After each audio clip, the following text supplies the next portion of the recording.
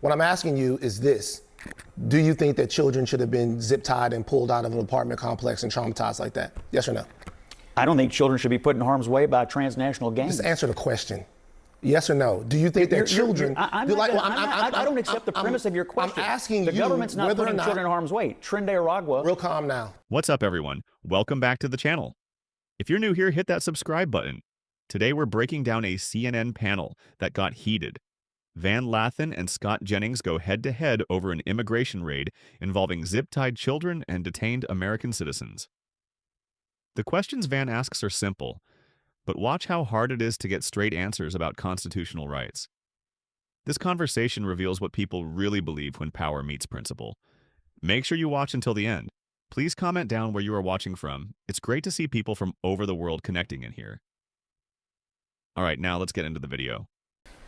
The one neighbor said the kids were crying. They looked very odd. I was out there crying when I seen the little girl come around the corner because they were bringing kids down too, had them zip tied to each other, saying that there were trucks, military-style vans used to separate adults from kids. What's going on?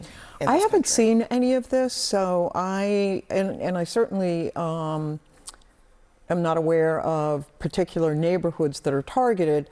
Obviously, I support them finding and arresting people who are here illegally.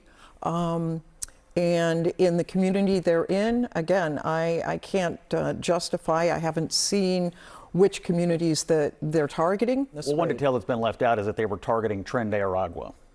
And so Tren de Aragua is a violent transnational gang.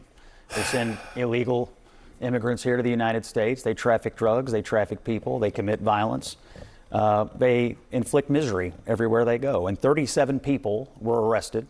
That was the purpose of the raid, the targeting of Tren de Aragua, some of the most violent people in our hemisphere. And when they come here, nothing good happens. That was okay, the point. so if it was targeting, I don't think anybody has a problem with targeting. Right. When you clear out an apartment building and you zip tie children and you arrest and detain everyone. Scott, hold on, Scott. You and me, we're talking here, okay? If they arrest children, they arrest everyone, citizens and non-citizens, for hours, detain them, deprive them of their liberty, for no matter how long. You are fine with that. They didn't arrest children. But I didn't say they arrested them. They put them in zip ties. But if that makes a difference to you, go ahead. Here's what makes a difference to me. If the federal government knows that there is a nest of Tren de Aragua in a city like Chicago, they have a responsibility. They have an obligation to go get them. It is unfortunate, to answer your question, that there are children put in harm's way by these violent gangs.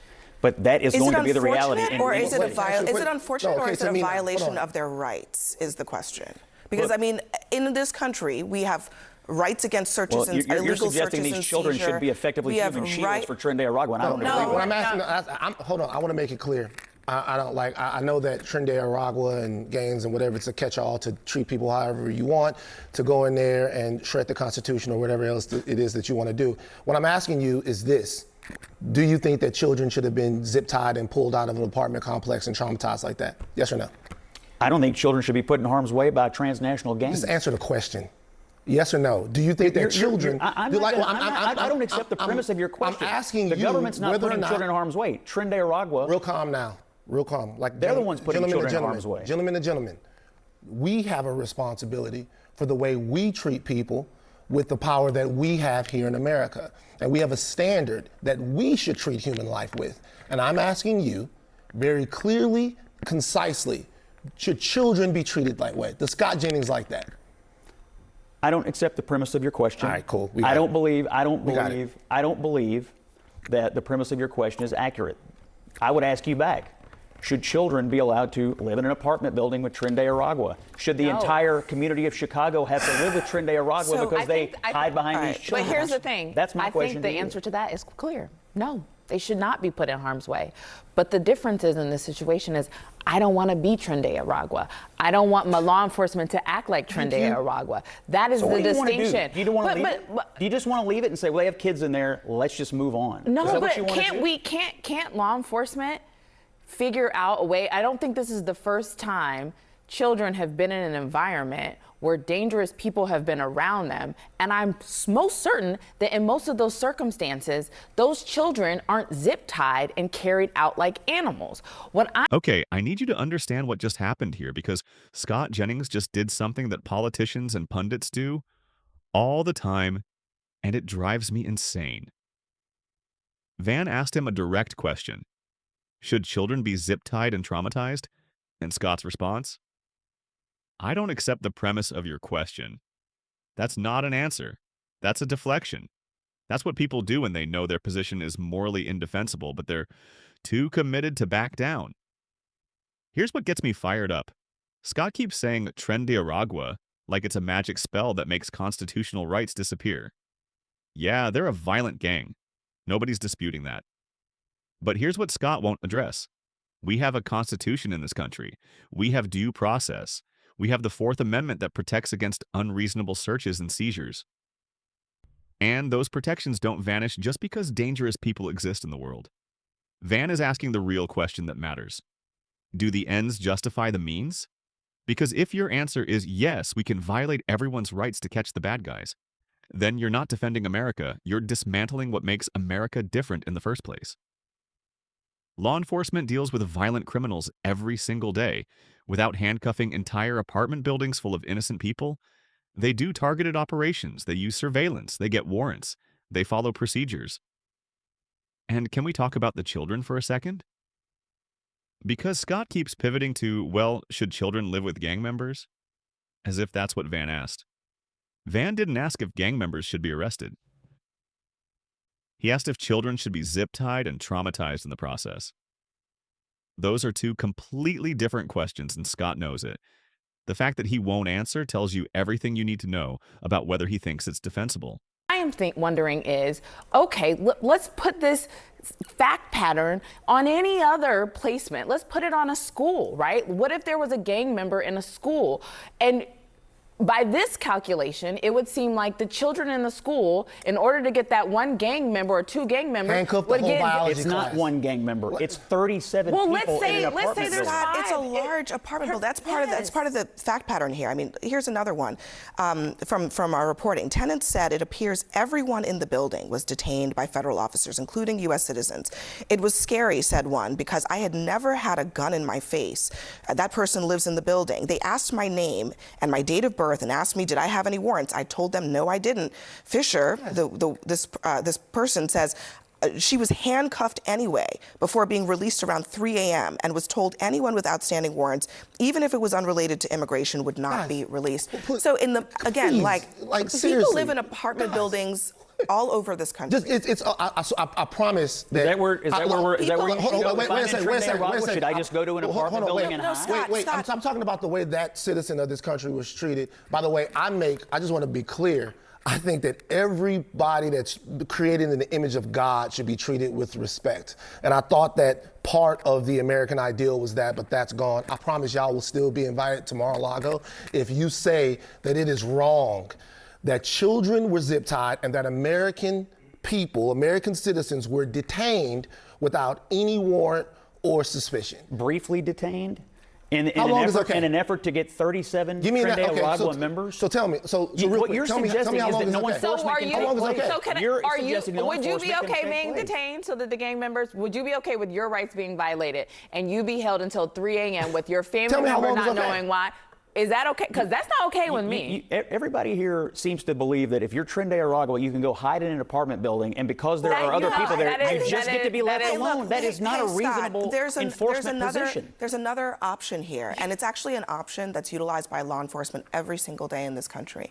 When they are looking for violent people, they go look for those violent people. They do not subject the people around those violent people who have nothing to do with them with arrest, with guns in their faces, with being searched, with being zip-tied and handcuffed and detained. Every day in America, law enforcement does their jobs, and they don't do it like this is the moment where the conversation gets real, because now we're talking about actual citizens who had guns pointed in their faces. An American citizen sleeping in their bed was handcuffed and detained until 3 a.m. No warrant for them, no suspicion of them committing a crime. Just happened to live in the wrong building on the wrong night. And Scott's response is basically, well, that's unfortunate but necessary. No. No. That's not how this works in America. Ashley brings up the critical point. There are rights in the Constitution that don't depend on citizenship status. But especially for citizens, this should be a red line for everyone, regardless of your political views. If you're okay with federal officers storming into buildings, detaining everyone regardless of legal status or evidence of wrongdoing, then you're okay with living in a very different country than the one we're supposed to have. Van keeps trying to get Scott to engage with a simple thought experiment. What if this was your family? What if you were sleeping in your bed and suddenly federal agents burst in, put you in handcuffs, held you until 3 a.m., and the only explanation was, someone else in this building committed crimes? Would you be fine with that? Because I guarantee Scott would be on every news show screaming about government overreach if it happened to him. The panelist mentions that law enforcement deals with violent people every single day without doing this. That's the point. We have procedures, we have standards. Not because we're soft on crime, but because we learned through centuries of history what happens when governments have unchecked power to detain whoever they want. The Fourth Amendment exists because the founders experienced what it's like when soldiers can just kick in doors and search homes without cause. And here's what really gets me. Scott acts like the only two options are let gang members roam free or violate everyone's rights. That's a false choice. There's a third option, professional, targeted law enforcement that respects constitutional protections while still getting dangerous people off the streets. So why is suddenly this okay? Every day in America, you're not necessarily dealing with the most violent people in the hemisphere. Yes, we're not. That's So who it's is a living in different this country. Scott, there are violent people who are right here in this country, American citizens. They are in gangs. They were born here. Their parents were born here. Their grandparents were born here. Believe me, we know. Those people are dealt with by law enforcement every day. Again, it's a real basic question. If you lived in an apartment building and there happened to be somebody who was guilty of a terrible crime in that building, and law enforcement barged in, guns blazing, and put every single person in that apartment building under arrest, you would be fine with that, including you and your family. Not everybody is under arrest. They arrested 37 people. They arrested 37. You said everybody. It's not. It's 37 people. This person was sleeping in their bed, and they were detained. They were put in handcuffs and detained until Neither you nor I was there. Neither you nor I were there. No, but I know this. Now 37 you and your family, violent people are now off the street. Scott, you and your family, you are in an apartment building.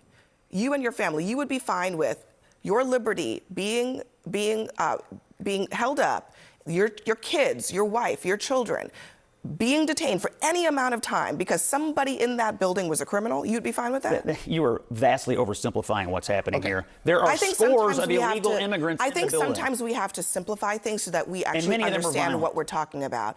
Because I do think that this is a problem now for the rest of the country. People are going about their lives and they are not responsible for the crimes of other people. And yet in this world in which ICE is operating like this, they are being detained for other people's crimes. Willingness to accept a whole lot of collateral violation of rights of anybody, whether you're American citizens or not, because there are many rights in this country that are in the Constitution that it doesn't matter if you're a citizen or not, you're still entitled to them. This ending exchange is where everything crystallizes because Van and the panelists are essentially begging Scott to just admit that innocent people's rights were violated and that it matters. And Scott keeps retreating to "you're oversimplifying" because he can't defend the actual facts. 37 arrests doesn't justify detaining everyone in a building. It just doesn't. Let me break down why this matters beyond this one incident. If we normalize this approach, if we say it's fine to detain innocent people as long as we catch criminals, then we're setting a precedent that will come back to haunt all of us. Today it's immigration enforcement. Tomorrow it could be anything. Any excuse becomes justification for mass detention without individualized suspicion. The panelist makes the crucial point. There are many people in this country who are entitled to constitutional protections regardless of citizenship. The Constitution doesn't say the right of citizens to be secure in their persons. It says the right of the people. That's intentional language. Our founders understood that fundamental human rights aren't granted by government. They're inherent. And government's job is to protect them, not violate them in the name of security. Van's final question cuts to the core. Would you be okay with your liberty being violated? With your family being detained? With your kids being held? And Scott can't answer because the answer is obviously no. Nobody would be okay with that happening to them. But somehow it's acceptable when it happens to other people in other communities. And this is what happens when we view certain populations as less deserving of rights and dignity. When we create a two-tiered system where some people get constitutional protections and others get unfortunate collateral damage. That's not justice. That's not law and order. That's authoritarianism dressed up in patriotic language. And we should all be concerned when anyone, regardless of political affiliation, defends violations of fundamental rights as necessary without even acknowledging the moral and constitutional crisis that represents. So what do you think of this? Leave your thoughts in the comment section below, and please don't forget to like and subscribe. I'll see you in the next video.